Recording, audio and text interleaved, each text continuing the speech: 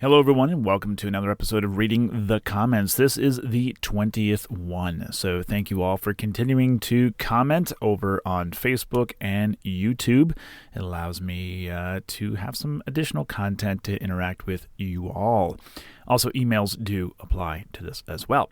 Today, I have another 3 to go over, so let's get right on to it. The first one comes from episode number 447, which was of Vito Bertoldo. This comment comes from Justin Green. Justin writes, I am surprised they did not put Roy Benavidez in the series. That was an epic story. I am very inspired by the brotherhood and the selflessness I hear in stories about soldiers. I'm 18 and I was hoping to join the Marine Corps, but due to their new regulations, I will not be able to join.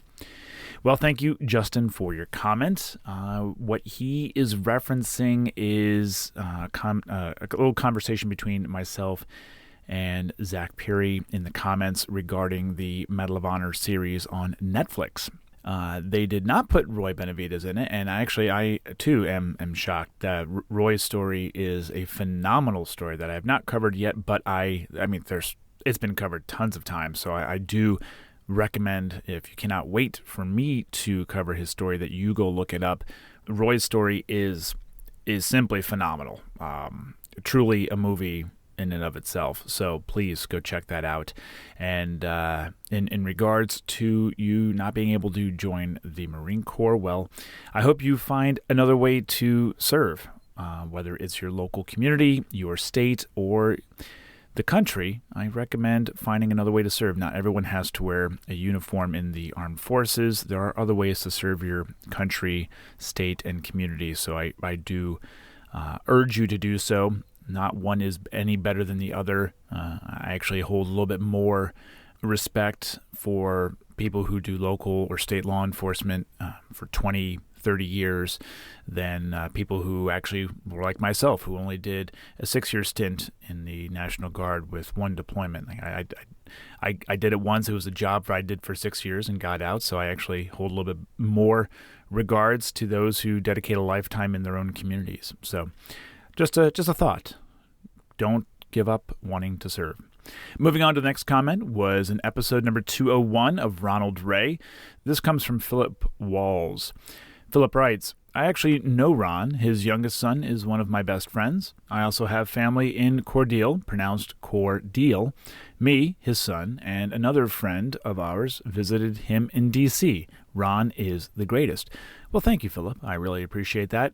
I also do appreciate the phonetic spelling of Cordele for me, because any listener of the show that's listened for enough time knows that pronunciation is probably my weakest link. It's not something I excel at. I've gotten better with trying to do a little bit of homework to find out how something is pronounced before recording a show, but I'll always fall there. So thank you very much, Philip, for the comment. And next time you see Ron, say hi for me. He won't know who I am, but just say hi.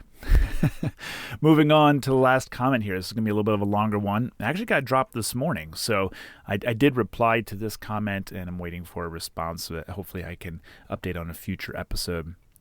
This was on episode number 531 of Earl Plumley. The comment comes from Indy Limburg.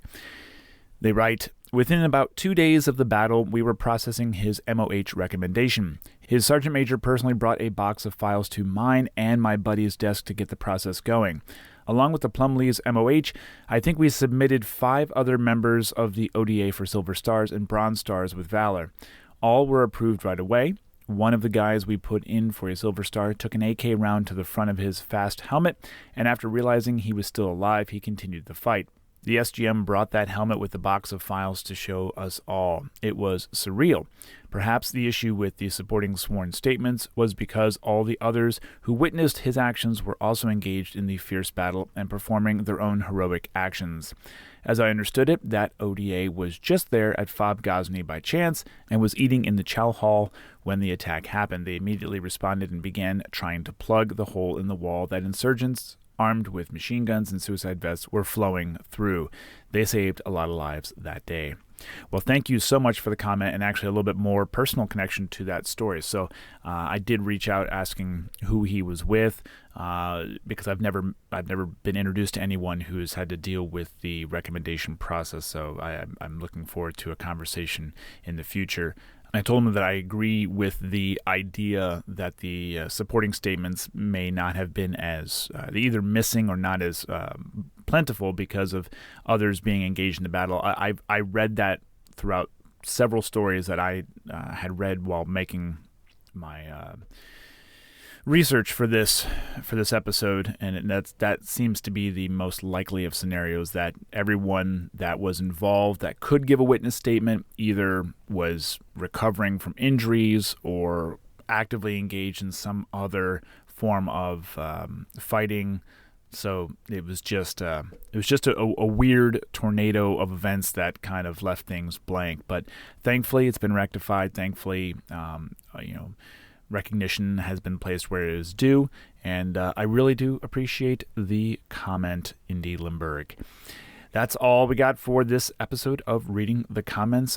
I think on the next one, I'm going to have some, we'll see how it gets replied to, maybe a juicy email thread to go over with y'all. Just a little titillating bit of information there. So tune in next time. And if you have a comment that you'd like me to read on the air, you can do so over on Facebook and on YouTube. Usually it's in reference to a video. So if you want that, you can do it that way. Or you can send me an email at talesofhonorpodcast@gmail.com. That's it for now. Until next time, have a good one.